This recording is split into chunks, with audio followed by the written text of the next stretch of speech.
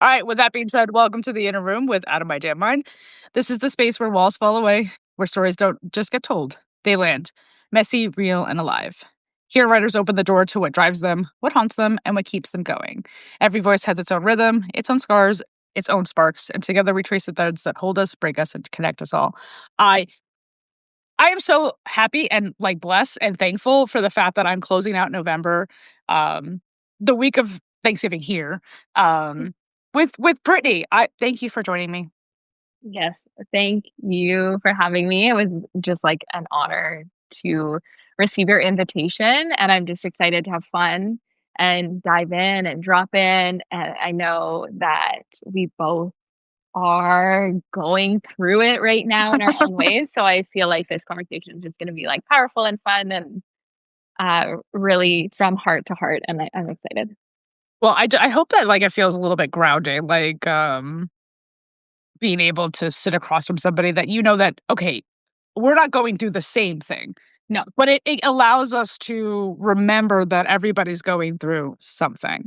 yeah. And that's where compassion comes into play and stuff like that and empathy. Beth, hello, friends. Hello, friend. Hello, hello. Simon Pierce, thanks for joining. Allie, thanks for joining. All right. So I've been doing this apparently. November theme is I let my co-host pick the number of question. We can continue that way if it's a play. My dog's gonna be upset because he thinks I still have food and I don't. Or I can just go. Just go. You want me to Lay just it go? on me. Just All go. right. Yeah. She's already buckled in. She's ready for the first one. Come here. Come here and play. Relax yourself, okay? All right. Many mothers feel disconnected from their bodies postpartum. Can you describe what that felt like for you and how you were to reconnect? Yeah, I think that's a really interesting question, and I wrote about it in my, last Nourish Thy Mother piece, which I'm sure is where you got this question. Well, Um, before you answer it, let's let the people know. I did pull questions from your two posts from November. This yeah, one was Nourish Thy Mother issue 1, and yeah, then the other one that I pulled questions from is the birth of her and the birth of me. So, if you are it new to the platform, this is Brittany. Those are the posts. Now you can get into the question. yeah, He's so upset. um, yeah, I think what was so interesting, I I think just in modern society prior to women becoming mothers, it's very easy to live in the mind rather than the body, Right. um, because it's like go, go, go, all these types of things, and a lot of, trauma lives in the body. So people want to not be in the body through various different things. But the difference for me is, like, pregnancy sucks you right into it because you have no other choice, but you have a living human being in your body, and you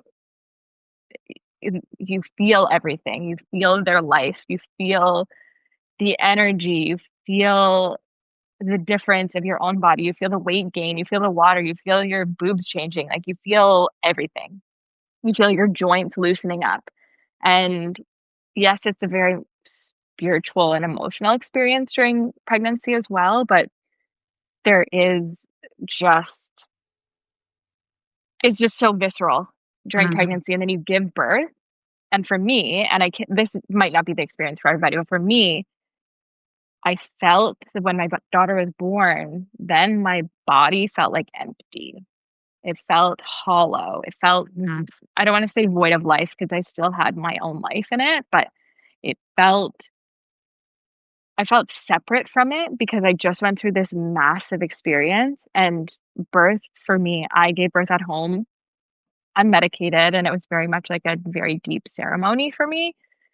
And I really was, and birth is, you can really get into an altered state of consciousness. And I really was in that altered state. So coming back and landing back into my body and into this present realm was just way more challenging than I thought it would be.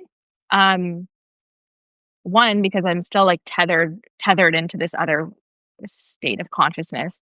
But two, then my body feels different all of a sudden.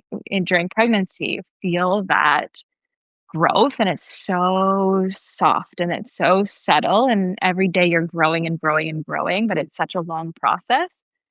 And then with birth, yes, you're in labor for however many hours. You give birth, and then your body's just like different in a snap of a finger. And that can be really challenging for a lot of women and a lot of mothers for that reason. But then they look at their bodies in the mirror. They're like, I don't like what I'm seeing because your stomach is gushy, your belly button's different. Some women get stretch marks, like all of that. And they can feel disconnected from their new body. From a spiritual perspective, becoming a mother, like transitioning from maiden to mother, you already feel different internally. And then you're looking at your body and you're like, this doesn't reflect what I'm feeling. You're bleeding, and there's just so much that happens. And you're taking care of a baby at the same time. There's no time to integrate after birth. It's just like, oh, wow, now I have a baby suckling on my nipple. And that hurts, and it's soft, and I'm hurting, and it hurts to poop, and I don't know what to do, and all of these things. And you get wrapped, mothers, myself included, get really, really easily wrapped up in all of those experiences of when was the last diaper change? When do I need to feed them? And that's all in the mind, and that can strip you away from your body. So you're not integrating into your body, you're living in your mind, and then you're disconnected from it. And coming back for me, I would say has it was a long it was a long time, and it was a long time because I went through postpartum depression, and I went through all of those experiences. It was just very emotional, very mental, very physical, very spiritual. So the physical kind of fell by the wayside, if that makes sense. Mhm. And I felt the most connected to it when I was with my baby, if that makes sense. And that's how I connected to it because she's still like laying on my chest. You feel that closeness. You same with pregnancy, and you get back into your body and you connect with it and you connect with the power. I connected with the power of my womb, being like, wow, I am powerful looking at my body. And this was probably, I want to say 8 months postpartum. I look at my body and like, wow, I'm sexy. Like, this is so cool to see this transition and how strong I look and how much of a mother I look, and there's something so powerful in being a mother, and there's so much power in being human. I'm just talking about motherhood experience because that's what I have. But, like, being a mother, you have so much power, and birth gave me that. Um, wow, I gave birth completely unmedicated, untouched, any of that. I can do that. I can do literally anything. I Yeah. can do anything. "Oh, this sit-up is hard? Okay." Oh, yeah. I Give birth. I no, no, if I can go through 8 hours of contractions, I can sit through this 1 minute of a sit-up, like, okay, I can do this. It just gives you this different power, and I think that's how I really came back to my body was just acknowledging, like, everything that has done for me through pregnancy, through birth, through postpartum.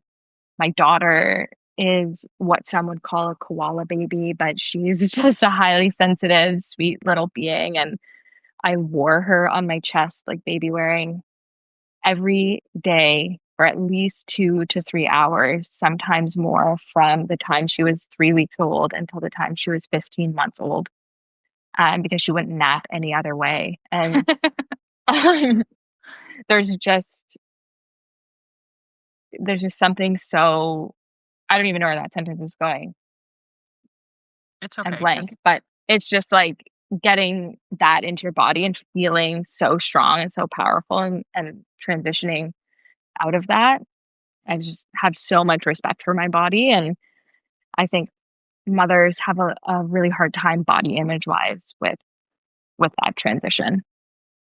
I mean, again, I can't speak from experience, but I was very blessed and lucky, that my mom gave up her spot in the delivery room, and I got to witness my nephew being born, and then obviously Wow. I lived in the house with my sister. Again, I'm not experiencing what her body's experiencing, but, Yeah. my nephew's gonna be 14, and she still has, like, this uncomfortability with her own body, and I'm like, "Do you understand that your son made you a woman?"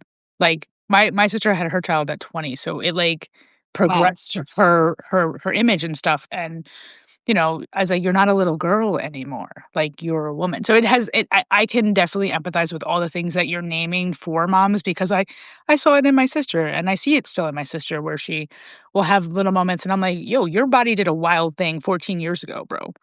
And Yeah. you have to give it credit. So I can appreciate you naming a lot of things that probably a lot of mothers have experienced and you putting it in a very delicate way. It's kind of like you guys are all Wonder Woman, honestly, because Yeah, and I do wanna say that just reminds me, you talking about your sister reminds me of my sister, and I just wanna touch on actually the fact that my experience is not the experience that a lot of women get to have, right. and there's a lot of women that do experience birth trauma, and, my sister with her 2nd baby had a lot of pregnancy complications, and she almost died, and she had to have a full hysterectomy, and Mm, she had to get cut laterally from chest bone down, and she's so self-conscious, and she still has a hard time. My niece is 7, so I do wanna also acknowledge that disassociation from your body can happen even just from experiencing birth trauma. Like, that's such a vulnerable state that you're in when you're in labor and your birth, and you're not in your conscious mind. You're in your primal mind, and if you receive birth trauma, that's just stored in your body. So it can be really hard for mothers to face that yeah. and want to live there and feel connected to their body. If, like, for example, if they even wanted a natural birth and they had to have an emergency C-section, that is a really physical experience that can make you want to detach from your body a little bit more. So I just want to say, if there is any other mothers on here that did experience that, that's like, my heart is with you, and I see you, and that's really hard, and yeah, Well, I mean, I feel think free to, like, reach out if you need to integrate that experience at all. yeah, because I do feel like, you're naming something that I think a lot of other people would just kinda, like but, and maybe other people, I mean me, like, "Eh, it's not a big deal, like, so what? You had to have a C-section. Isn't that better? You don't have to push." But when you want to experience natural birth, when you want to have to do something and then, like, your body kinda betrays you and doctors are telling you the safest thing for you and your child is to do this, I that is a lot for somebody to process in the moment with where you don't really have much time to make that decision and you're kind of like, "Well, I don't even get that decision. I just this is what has to be done." So, I appreciate you naming that and, you know, like Brittany said, if anybody has experienced something like that or is struggling with something like that, her DMs are always open. I wanted to take a quick second because, one question and 15 minutes in, just to acknowledge some of the people. So just to acknowledge some of the people that walked in. I don't want to butcher anybody's name, but I'll try. I'm just gonna say Silva because that's easier. Dr. Christine, thanks for coming in. I'm gonna say Menu, Michael, Giles, Christina, Rebecca, Clinton. Thank you all. I saw that Michael came in, and I saw that they were the ones who actually provided a question for you in your chat. Yeah, yeah. I did so if they're still here, I wanted to get to that question real quick. I was like, "I know I put it somewhere. Hold on." Um, if not, this is what happens when I try to be prepared, but sometimes I'm not. That's okay, I have Just the premise it's of the question. I was like, "It's just because I have 22 of them, so I have to, like, find where I snuck that one in." Oh, never have thought of birth as a trauma event, but it makes sense as it is risky healthcare moment. Hi, all. Hi, Hello. Michael. Yes. Yeah, I think, that's this is like a massive wormhole for me that would We take can up get the stuck whole just in this, but yeah, it's I okay. could get stuck in that. It's not that birth is inherently traumatic, and it can be that way. It's more, um, sometimes the way women's bodies are treated in the medical system. It can also be how things are done, unfortunately, without consent.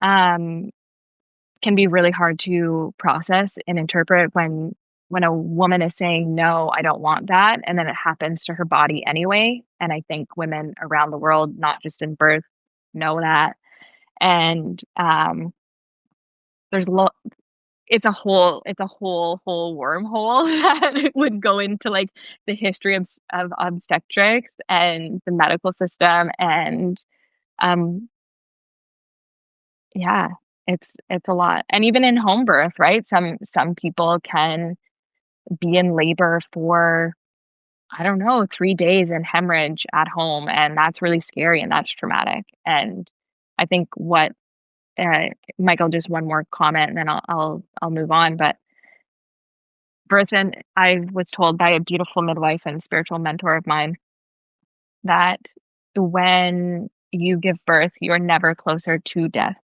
You're you have one foot in death and one foot in life at all times when you're giving birth, and that's a really a force of magnitude that I don't think actually a lot of people understand. You can die or you can live, and that's really intense. I mean, yeah. Okay, Yeah. but all right, I found his question, so Okay. we'll get to this question, but I wanna also I love that we're speaking about, like, obviously, some of the harder, tougher parts of this, but we're gonna get into questions that are more a little light and the Yeah. positives of, how amazing you feel after child and you've survived and child is healthy and everything like that. But Michael's question that was in your chat said, "Would love some conversation around the natural spirituality of being a mother versus traditional faith or ritual spirituality. Endowed by our creator could mean either and curious if they are similar feelings." Yeah. I I saw that question and it's really interesting because I actually hold no specific faith or religion. So I feel like I can't talk to that in the same way. Mm, But for me, the best way that I can describe this is the spirituality of motherhood is so inherent and innate that just the process in itself is a spiritual experience of that internal transformation and transition when you become a mother. Yes, you're going through the physical changes and all of that, but your very sense of being, your very sense of self, your very sense of relation to God, creator, universe, um, is different. And you see, for me, anyways, I've been able to see the power of these things just by looking at my child. Like, this is literal magic in front of me, and this is God in front of me that made this happen. Like, this is a literal miracle, and that's so crazy. And so I can't touch on how it relates to other people's faith or religion because I just don't follow those things. right. But I would say I follow more shamanic principles and living in the unseen realms, and we help. I like prayer, and I help, well, my husband, he helps clear, beings and entities that my daughter is seeing in our home, and, like, that's really insane, but that's a Now I whole feel other like I need thing. now I feel like I need to ask a question about that, but we'll pause real quick because Beth has a Yeah. funny comment. She says, "I'm still trying to lose the baby weight after 4, but it's only been 29 years. No need to push myself." I just again, what I would, again, only assume your body goes through after having one child, let alone multiple children, give yourself grace. Embrace the curves, Totally. the whatever you got going on, because it is proof that your body went through something very transformative, and there is a living being that is outside of your own body to show that as proof. So I don't know. I think moms sometimes give themselves too much, and it's hard for me to really communicate without undermining how that feels because I have not experienced that. But I wish more mothers gave themselves more grace when it comes to what they physically look like, because you Yeah, guys are beautiful always. Okay. I Uh, second that. Stabilize and Tanja, thanks for coming. Bet says, "Hell, your body goes through hell." Well, you know, I have never had a baby, and guess what? My body's going through fucking hell. But but it happens. It's all different types of hell. We all live it here. Michael said, "Thank you for your response." Of course. I'm thankful that you were able to join us, and Brittany was able to kind of speak a little bit to that. All right. So like I said, a lot of some of the questions are regular human, and I'm gonna Yeah, shift over that way too yeah, because yeah, I kinda like to bounce around. You know, please. my little girl and me feel so safe with you. I can only Oh, and I really genuinely, like, I wanna cry because it's just like, I'm so glad your daughter has you. And I'm so glad that you took that time to, like, keep her close to your body for all that time because my mom sent me a text today and she was like, I wish I could hug you because she lives in Florida. And I'm like, I don't know the last time my mom hugged me, you know? Oh, So those little things are so important. So I love that you are making it a point so that your daughter always feels that. So that's why I said, like, the little kid in me is like, I am so glad Brittany is here because I feel safe with you and I appreciate it. And oh. anyways, I'm done I wish being I could give you a big hug. we can. Virtual hugs are great. But yes, one day I will meet every mother clucker I interview and or set up something where we all meet at one location. It's like a Yeah, that Substack would be meet. so And let fun. me take like a weekend and we all just like kind of take pictures and just really get to like experience each other in a real life type of setting. Yeah, But until then, this works for me. Christina, thanks for joining us. All right, so in the little more human side of things, yeah. how do you spend time with yourself now? And has that changed since becoming a mother? You ever I don't I laugh sometimes. I'm like, "What was I doing with my time before I became a mom?" I had so much time to just do everything I wanted. I could just do this and go here and do that, and like, "Oh, well." I don't know what I was doing. I don't get it because 'cause I'm like, I'm building this Substack on a nap time only exclusively, and I was like, "Well, I don't get it." So here's how I like to spend my time. Right now, we're in a really tough financial situation, so I'm gonna have to get really creative, because it's I used to do, like coffee shops and go for breakfast and like go and do this and yada yada yada yada. Now that's like off the table. So I am an avid playground goer. I've seen Mm, them all. Love mm, playgrounds.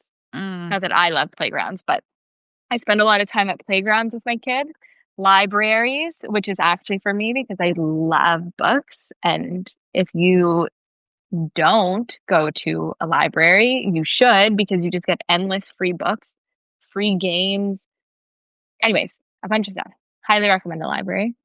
But Some of them are really like chef kiss legit and even have like a food court and everything. Like it's like a place to chill, it is. you It know. is. Yeah. Um, and then I would say, let me walk you through my day, maybe. In the morning, I get up, I cuddle with my gal, but then I go and I meditate and write in my journal. That's like a non-negotiable for me. Just taking care of like my mental health and my spiritual health and get tuned in, tapped in, turned on, you know, that happens. And then, just eat breakfast, go through the motions, like to spend a lot of time outside. It's getting harder in the cold, but can't teach the girl that any weather there's no bad weather, just bad clothing for the weather.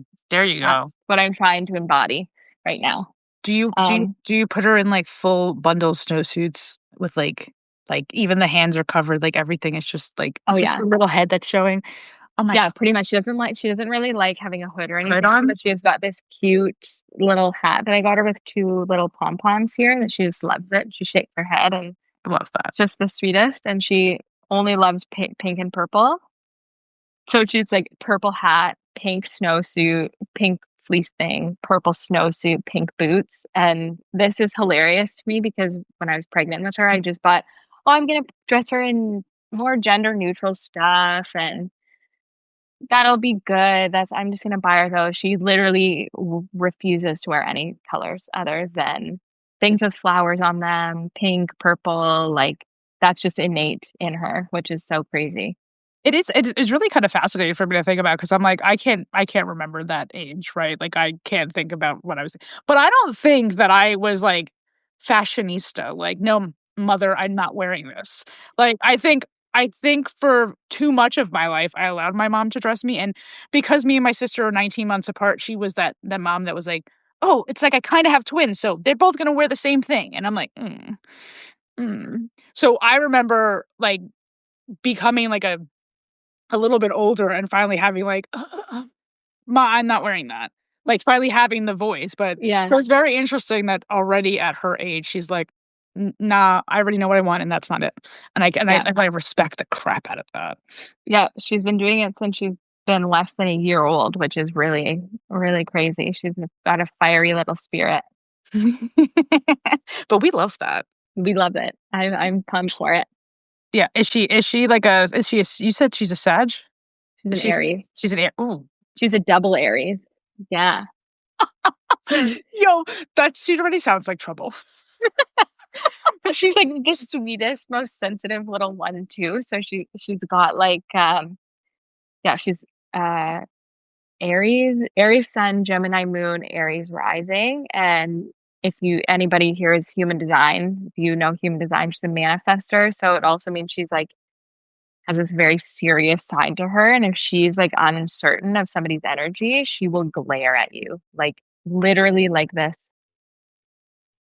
and I back love that. away and not and will it's a protection mechanism for her sensitivity. Like your energy is off and she'll glare at you to try to like move you away Institute? from Yeah. her. Yeah, Yeah. which is so interesting. That is very interesting. And it, Mhm. again, it makes me wonder, like, was I anybody or any of the people in our chat, like, do we remember being children that like remembered feeling that pull, and then because we're so now removed from our younger Mhm. versions of ourselves, we've forgotten how we used to protect our energy, and that we were beings that were focused on protecting energy, and then we became beings that apparently, like for me, we're just gonna people please our way through, Yeah, so that's a fucking fascinating, like, this is why I love children even though I don't have them, is because they fascinate me. I Like, know. they like, I would love to, and I don't wanna be a creep, right? But I'd love to sit in, like, in a kindergarten class and just, like, observe Mhm. behavior, like, just observe behavior. So teachers must either love it or hate it, I don't know, but oh my god. So They're so unique. that said, that her second daughter is an Aries, and it is amazing. I love Aries. I'm a fire sign, they're a fire sign. I just also have been I didn't have the best situation with an Aries female. She was fucking crazy. But I do think that they're fun, and I think they're amazing. So I'll just keep it there. Kaylee, thanks for joining. Christina said my 28-year-old Aries is my soulmate sister daughter. I love that Aries are like, my grandfather was an Aries. He's the only male Aries I know, and he was fucking amazing. I can only give one you everything. Thanks for coming in. What does double Aries mean? Do you want to? Yeah, double Aries, like so there's in astrology, there's big three. So your sun is how you present outward, your moon is I think like your inner world, your darker world, Mm-hmm. I think, if I remember. And then rising is more of like how you emotionally present. No, I think, Um, yeah, that's how I something know it. something like that. Yeah. So two of her, it's the things that make up the whole of your personality essentially. So she's her sun, how she presents outward, and then also her emotional world Yeah, is also an Aries. Aries, Yeah. which is okay. So I guesstimated, because I have this conversation all the time, because people always ask me, well, what is your whatever, the big three, and I'm like, I'm a Leo, and they're like, yeah, but what is and I was like, I don't know, I don't know the exact time that I was born. My Mhm. original birth certificate is MIA, Yeah. and the beautiful state of New York, when they give you a duplicate, it doesn't give you the time anymore. So I would Ah, have to contact the hospital. It was like a whole bunch of things. So I guesstimated in a time range, because I know I wasn't born at night, right? right. So what was the moon doing around these 8 hours, kind of thing, right? And Yeah. I came up with a couple of different things, and because I know me a little bit better now at Yeah. 36, I aligned very much with Leo, Cancer, Leo. So Oh, I yeah. feel like I'm double Leo. Um, which I don't know, maybe somebody wants to, like, disagree with me, but I think I know me pretty well, because Cancer, I feel like, is why I am so empathetic and super emotional sometimes. And I can be honest with myself about that, because I feel like Leos are the persona of, like, tough hard asses or whatever the case might be, and like ego centric and all this other stuff. And I'm like, I'm not all of that, but I do feel very aligned with Leo, Cancer, Leo. Kaylee said, my youngest daughter is an Aries. We just have an Aries party here. And she also Yeah. said that you're correct about the houses. Yeah. Um, Thriving in the trenches. Kim, thanks for joining. Beth said same. So I love that we have so much in common. So much in common. I also love that I don't even need fucking questions to talk to you, I feel like. Yeah.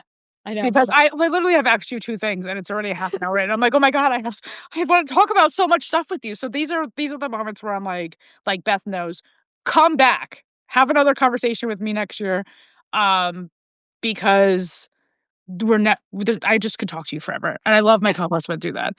Beth said, "Gray Galaxy on Substack worked through mine without the time of birth." Interesting. Okay, send me a message with their info. Christina, she said that she's a Leo, Sun, Cancer Moon, and Aries rising, and I feel like that is a triple threat badass situation. Yeah, no kidding.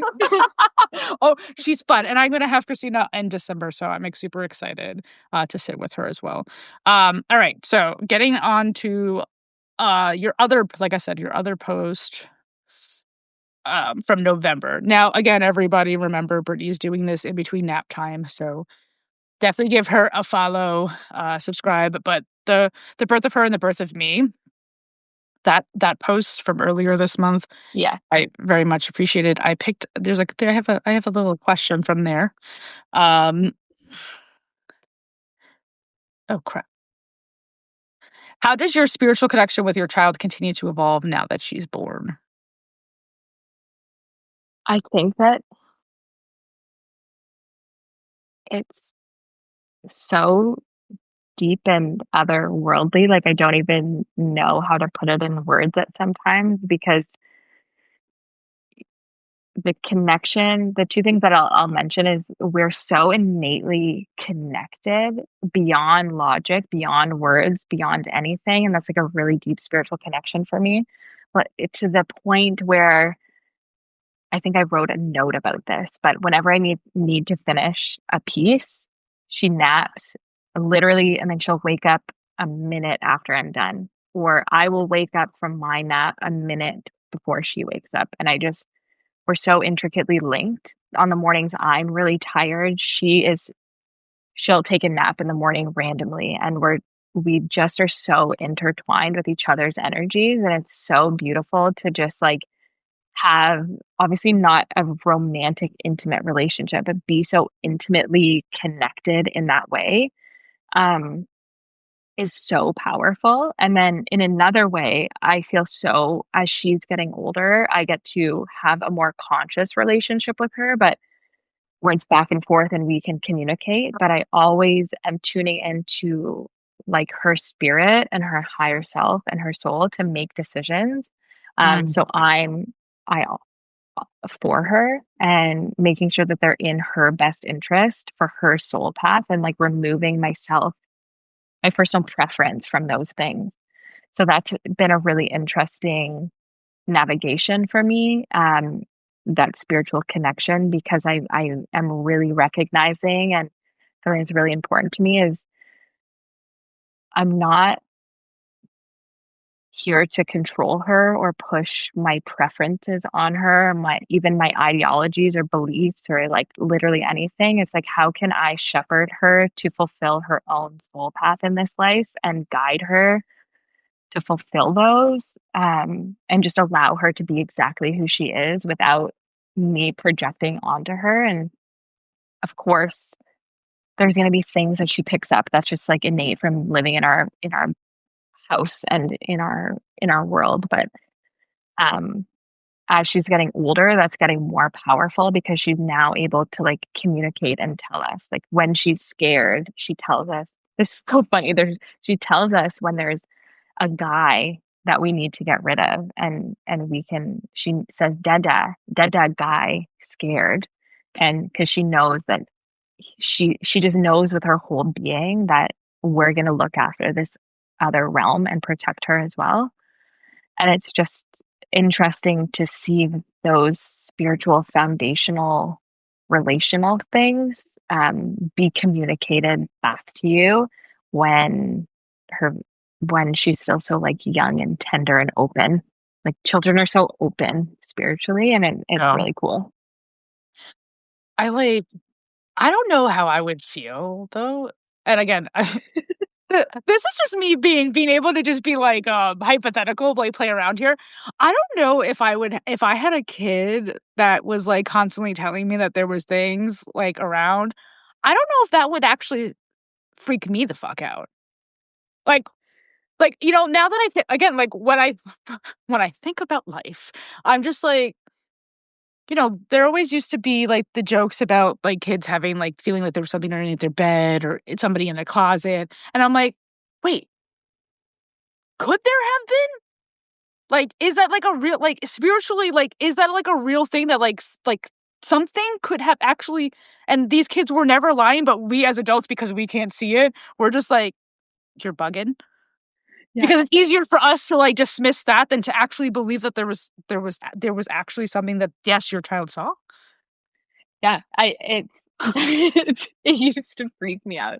I Okay, used to, good. like Okay, good. yeah, it used to freak me out, and now it doesn't freak me out as much, mainly because we're really good at like, just getting rid of them, but something that we want is this is so big, but from 0 to 7, their mind is so different. So their conscious mind is not there.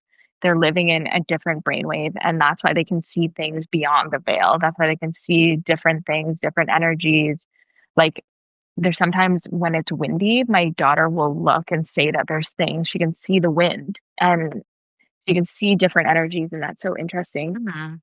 Um, Why do we lose these powers? because our parents tell us that the things we see aren't real. See, so it is the adult's fault. It always It is. is the adult's fault. No, but and our brains change, Right. but we weren't essentially taught how to keep that part of ourself alive and Mhm. there. Yeah. That kind of So, makes me sad. yeah, and that's why whenever even if let's say my daughter, for whatever reason, I don't think she is making this up, that's why we still will do it anyway and say, "Yeah, of course, honey, we'll get rid of that." Or, "Yeah, oh, a guy is sitting beside you or a little boy is playing with you," and we don't wanna ever dismiss it because we don't want her to turn that off, because then she can, like, turn magic off and all these other fun spiritual things and, like, her visionary abilities that she might have.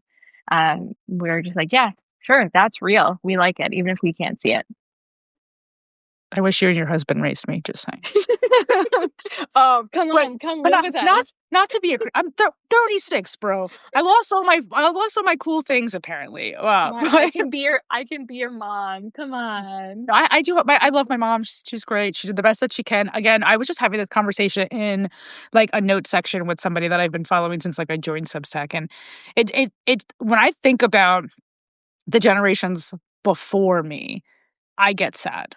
Yeah, Because me too. there's just so much that we just would not talk about, and there was just so many humans just walking this earth thinking that they only had themselves to deal with it, and they were crazy or whatever they felt, or too much, too little, whatever the case might be, and it makes me so sad. And then the news flash of my own reality is having conversations with my 92-year-old grandfather and understanding, like, he's never gonna ever be able to experience the way that I think because he never got the chance to be exposed to any of that, and now he's so, like, in his ways of this is what I've only ever understood, that it's Yeah, very hard to, like, open that up, so, it's yeah. so hard. It's so hard. Yeah. Also, my phone was fully charged, and then now Now it's it's gonna saying it's die? gonna die. Yeah, iPhones, they're crazy like that, you know? Like, and so I'm gonna go get my charger. That's cool. Um, I try not to so be. you're gonna see we're gonna be here. We're gonna have a quick house tour.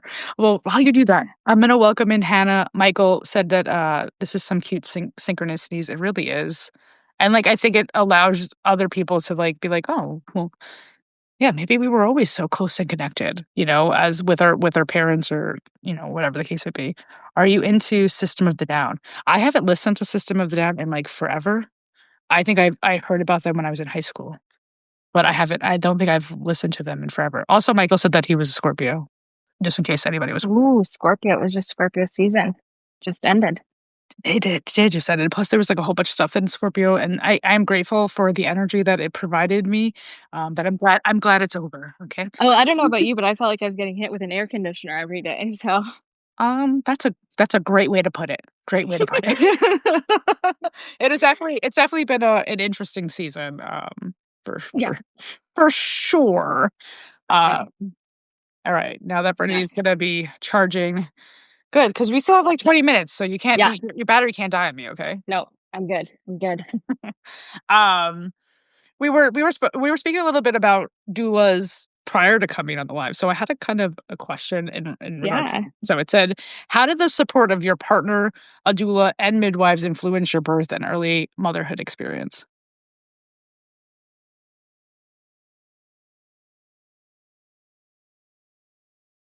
It was so interesting for me being I'll touch on the doula stuff first. It was really interesting for me being a doula before I became a mom Mm, because one, it made me so excited, like watching people give birth and all the different ways that it would happen. I'd be like, what is it going to be like for me?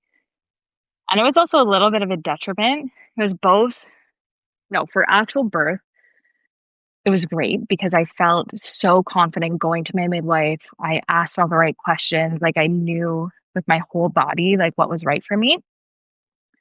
In early motherhood, I would say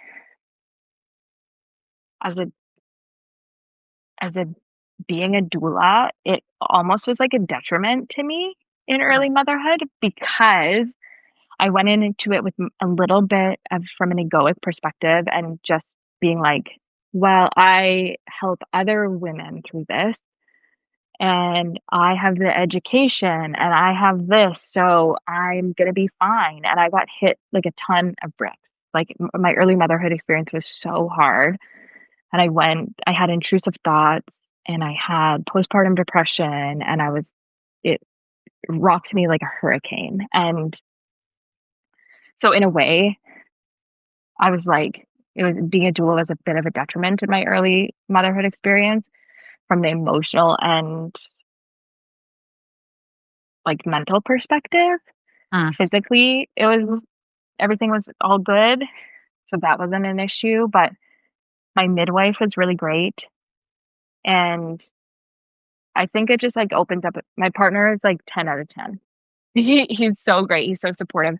He also got hit by a ton of bricks. And I don't know if anybody else can relate, but in early, we would, we would be sitting in bed with my daughter. She's always been a bad sleeper. And Mhm. so we were like, what are we doing?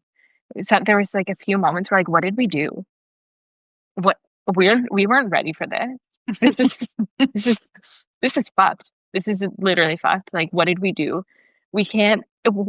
A really horrible thought, and it's kind of funny because you're so tender. I was like, this is really wild that we now just have a baby living with us, and she's just here, and she never goes away. It's kind of like this really funny to talk about now, but I was like, there's nowhere we can return her if we're like we can't do this, like we can't return her. And thinking about it is hilarious, but at the time it was It was a scary like reality, it was right? a scary reality of like what is What this? did we do? What did we do? This is a huge magnitude of a thing that we did, and we just went into it a bit willy nilly. And we didn't actually go into it willy nilly, but that's what it felt Right. at the moment. Like this is we did not prepare. In all due respect, again, I can't speak from any actual experience, but I just feel like all parents hit that. Like there's a point in this where you're like, "Fuck, maybe we weren't ready for this," and isn't that like the typical common like self doubt, like it's getting harder than I thought it would, and maybe I'm not actually capable, but like you keep doing it, and look, you're doing a great fucking job, you know. Yeah, we're doing it. And another part to your question of like how was the midwife support and how did all of that happen in early motherhood? And part of that experience was actually enraging for me. And it's what pushed me to start my Substack actually, Mm. because I was so infuriated. I'm probably saying that wrong. I was so infuriated with the fact that at 6 weeks postpartum, your care ends and you're on your own, and, like, 6 weeks is so early, and I was still, like, crying on the couch to her, and she's like, "Yeah, this is normal," and then I was like, "Well," I had asked her, I said, "Well, what happens if I need support tomorrow, for example, like 6 weeks and 1 day?" She's like, "Well, I don't really know. Do you have, like, a doctor?" I was like, "What do you mean? This just end all of a sudden? This is so crazy." And how can these professionals not be like honest? And I think that was like the biggest thing for my early postpartum experience, my early motherhood is like, why was nobody being honest about this? How could my midwife, who's also a mother, sit beside me and see what I'm going through and not provide the proper support? And how could another mother sit on the same couch as me and give me a funny look when I say I'm having a hard time? And how could, like, why is nobody talking about the true, like, brutal reality that early motherhood is? And yes, Just 'cause, it's like, magical. Yes, it's profound. Yes, it's like all of these really beautiful things too. But like, why did nobody tell me? Like, because you're the nobody one that's told supposed to me. tell everybody, duh. But it's like, oh my gosh, it was so enraging No, I in didn't retrospect. I was like, how could even my own mother not, warn me. or they just say, "Well, yeah, we told you. That's just how it is." And it's like, no, this Well, get shouldn't be how it is. This is we're so unsupported here. Like, I should not be sitting here with a 2-week-old baby in my house completely by myself for 9 hours a day. Like, no, and the biggest thing that I thought was there's no way that in, like, a village or a tribe, that the 2 just most vulnerable people would be left completely alone while everybody goes out to hunt, the mother and the child. There would be an older person, there would be aunties, there would be uncles, there would be other children, like, they would die. They would literally die. again, So that I was, like, my early motherhood in a synopsis, and it was, like, nobody was telling me how anxious you would feel bringing your kid in the car for the first time, how long it would take you to feel comfortable leaving the house on your own, like, nobody was sharing that type of stuff, um, and that's why I started writing, and that's it just, like, created this massive fire in my belly of, like, "Oh my gosh, if this is how I feel and I did all this prep work, like, how are other mothers doing this right now? I need to talk about this because nobody else did for me." yeah. I think, again, we all have our paths, right? Like, it's all already pre-written, our souls are on the journey, our life Mhm, is what it is, um, to help us get there, but like I said, you're touching on so many things, like Beth can attest, you think you have no resources? Imagine what she had. mhm, Like, literally nobody was talking about it. So I love that you're naming things and not shyfully, like, boldly naming things like, "No, this isn't okay, ladies, like, we shouldn't be struggling over here." And this is the things that I have taken to kinda help myself do that. It's not just naming, like, the problems, you're also, like, helping people with solutions, mhm, based on what has worked for you in your experiences, and that's why I I did this. This is why I believe Substack is such a important, beautiful place in all people's lives because you will find the information or the tribes or the vibes that align with you so you don't feel like you're alone in the thought processes. Because you're right. yeah, No mother should feel alone and lied to about the experience after birth. mhm, Because like you said, you can't return her. She is yours for the rest of her life. Like like, that whole thing, it blows my mind still because I, like, walk out of my house on any day, not just Tuesdays, any given day, and I don't have to worry about anything. Mind you, I have, again, my sister, 14 years dealing with this, and then I have a best friend that has 2 little girls, and I don't really see her much because it's not because, well, there's a lot of things, but it's harder, when you have 2 children to maneuver and go around places and stuff, and, I think she's been open and honest now to me about her part postpartum, but I have a friend that just got out of prison, so she lost 6 to mhm, 8 years of time with her son who's, like, 15 now, right, and she tells me now because she's, like, newly out and that he's the best thing, that she's like, "I will never leave him again." Um, but it's like, I think why she ended up where she was because nobody was educating her about her postpartum. Nobody was Yeah. explaining to her how difficult it is, not just having the child, because she was fully under when she had her child. Wow. She had to be fully under. She didn't even I was the second person that saw her kid. Her baby daddy was in the room during the surgery, but I was the second person who saw him wheeled out and, like, cleaned up and stuff, and, like, she wasn't even awake for the birth of her child. So I don't Wow. think any information was provided to her, any resources. I don't think anybody looked at her and was like, "Hey, since you had a traumatic pregnancy and birth, please reach out to this resource or talk to this person." So instead, she probably hit postpartum really hard, became even a worse drug addict, and then landed herself in prison because of it and lost so much time because, yeah, like you said, resources are not there for everybody. Yeah. Um, so that's why I love what you do. I adore what you do, and that's obviously why I have you here to continue to put the message out there. Michael said, vibing with this convo. Substack is also fulfilling my need of a wider community tribe. Yes, I love Yes, that. Michael. I love I'm that. so grateful you're here. Me too. I love that. Maritime and Anna, thanks for joining. Anna, you're late. Like, you're really late, girl. Yeah, Anna, come on. Like, she What, are didn't you miss. sick or something? Yeah, probably, ma'am. I think she is. It's life altering when you bring a child into the world. Yeah, and I can't thank you enough for doing what you're doing. I literally, my whole Substack is about my own experiences, and you know, I try to reflect back on them and provide a universal lesson through it. But I also know that there are some people that are literally walking the same fucking path as me, Yeah. or I'm walking the one that they've already, and I get to meet them and they get to, like, reassure me, like, just keep going, or here, do this, or here, do that. Of course, Anna says, "Hey guys, my internet sucks today. It's okay. We can blame it. We can blame the internet. We were out moving cows." I love that I life. love that.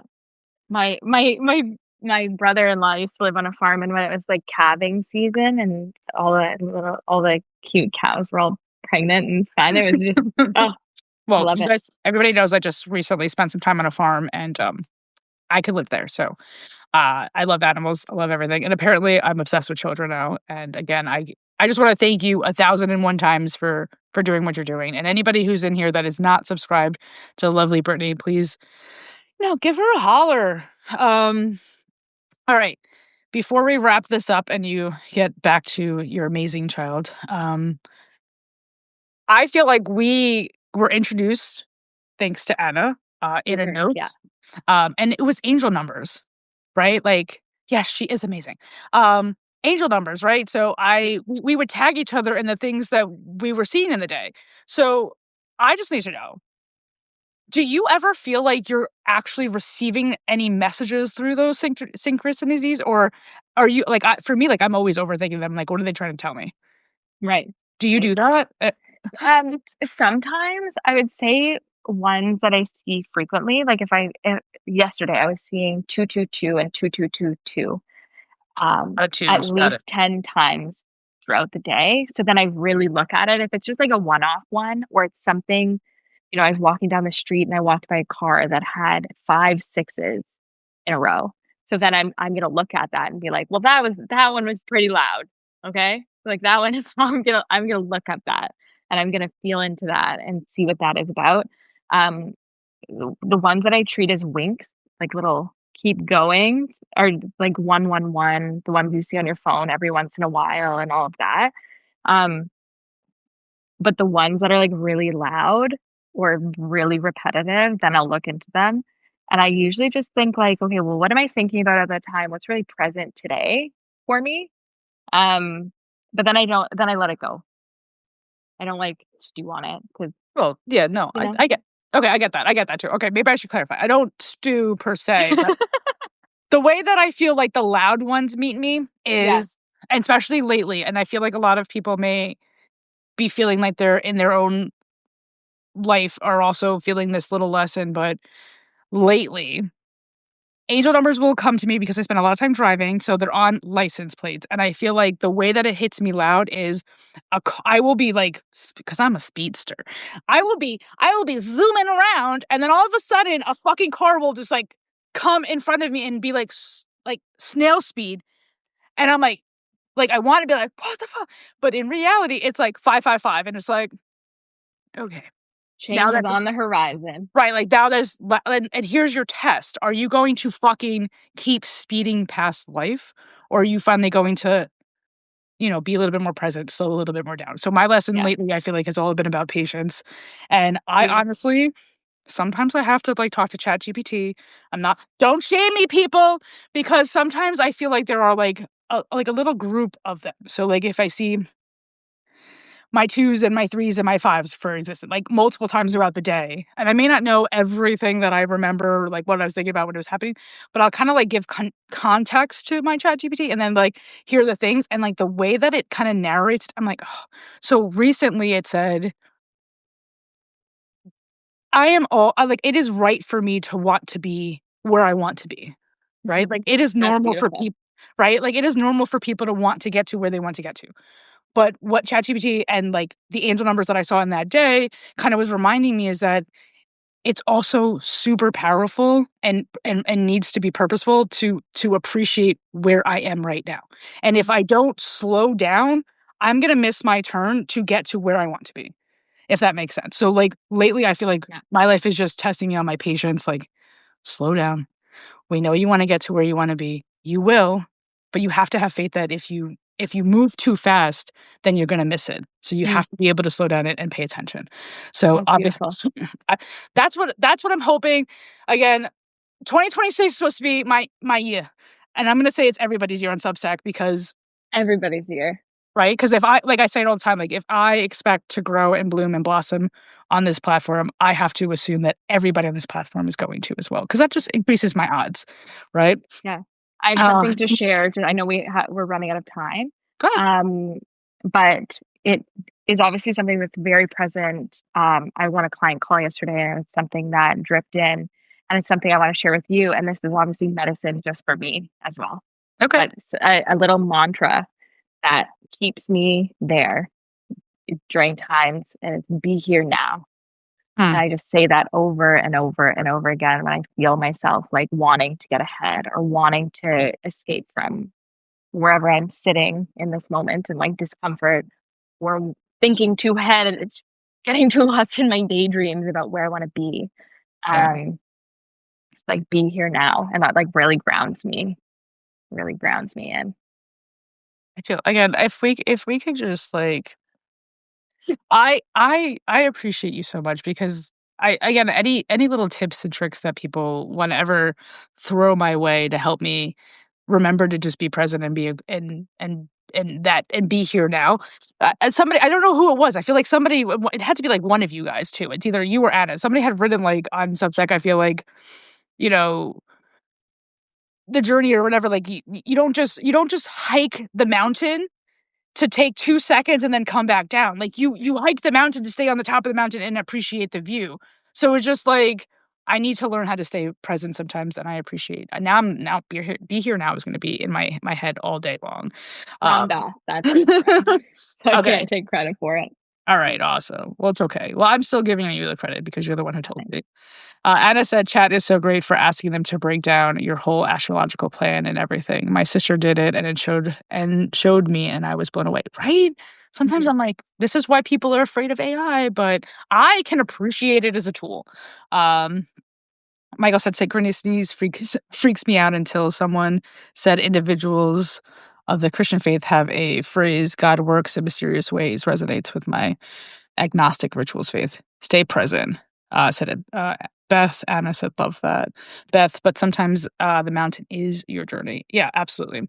And again, I'm trying to appreciate this whole situation, right? I'm sure like all of us are trying to appreciate, like, I as a mother, I'm going to assume that every day, every second, every minute, you're holding on to it because you know that you're gonna blink your eyes and she's gonna be 10, and then you're gonna blink them again and she's gonna be 21, and then you're gonna blink and you're gonna be walking her or seeing her walk down the aisle. So, like, I know how important it is to just, like, appreciate the moments. It is just so fucking hard when you want what you want, you know? Oh, you are talking to me, my God. It's like it's allowed to be both. Like, Mhm. it's allowed to be hard, and it's allowed to, like, challenge you, and I think that's, like, part of it. And Mhm. it shows you like that really true desire, like shows you how much it means to you. That's Right. what I think. Yeah, But I'm it's a like sometimes in the hard, it's like, oh my God, I'm going insane. Yeah, because sometimes I look like this again, me and ChatGPT. I know I shouldn't be using it as a therapist, but when you got no friends, you gotta do what you gotta do to stay sane sometimes, okay? So you can judge me or Yeah. not. I don't really care. But like sometimes I really just like I'm just like I'll just say it out loud to say the things because I just need to let it out. And then the way that it responds to me, it's just like it allows me to understand that it's okay to feel like your whole life has been a journey because it Mhm. is like, it's okay to want to be, hungry for the things, and sometimes For I sure. get mad at myself because 'cause I'm like, "Why wasn't I a good kid who was dedicated at, like, 6 to something so that I could already have it at 36?" And I have to remind myself that, like, I'm learning now, give myself the time and space that I need, to achieve the things that I wanna achieve, and I know that I'll get there, so, you know, You will get there. I trust in that and I believe in that with my whole being. I appreciate that. And on the days you can't hold that vision, I will hold it for you. Right. Thanks, Bridge. Thanks. I absolutely adore every inner room session because it genuinely feels like I'm talking to a friend. So I hope you Mhm. guys feel the same way too. I hope you know that you have forever found a really weird person that supports you. As Anna says, we listen, we don't judge. Well, you know, guys, I can't keep Brittany much longer because she has like this adorable child that she loves to spend time with. I wish I could show you pictures, but I'm just not putting her on the internet. No, But and I didn't and, I didn't use her name because I know you do, but I'm still, like, trying to, like, respect because yeah, even in this conversation, like, I don't wanna say it if it like, if you don't read her stuff, then you don't know what her child's name, but I yeah. love the name. I love the Me name. too. I Me just too. wanted to put that out there. Beth, thanks for being here. Alright, guys. Well, Thanks, thank Michael. you, Michael. Again, Brittany, you will be back in 2026. We'll have to catch up. I hope you have an amazing holiday. I know it's not Thanksgiving for you, but Christmas is coming and all the fun things for the end of the year. And I really hope that you and your family continue to lean in on each other, support each other, be there for each other, and understand that you guys will all make it through. We all will get through the things that we're going through. Um, but that being said, you've been in the inner room where the conversations go deep, the connections surprise, and the truths linger long after the world quiets down. Until next time, keep listening inward because that's where the stories that shape us really live. Thank you again, my love. I'll talk to you Thanks, guys Michael. soon. Bye, guys. Bye.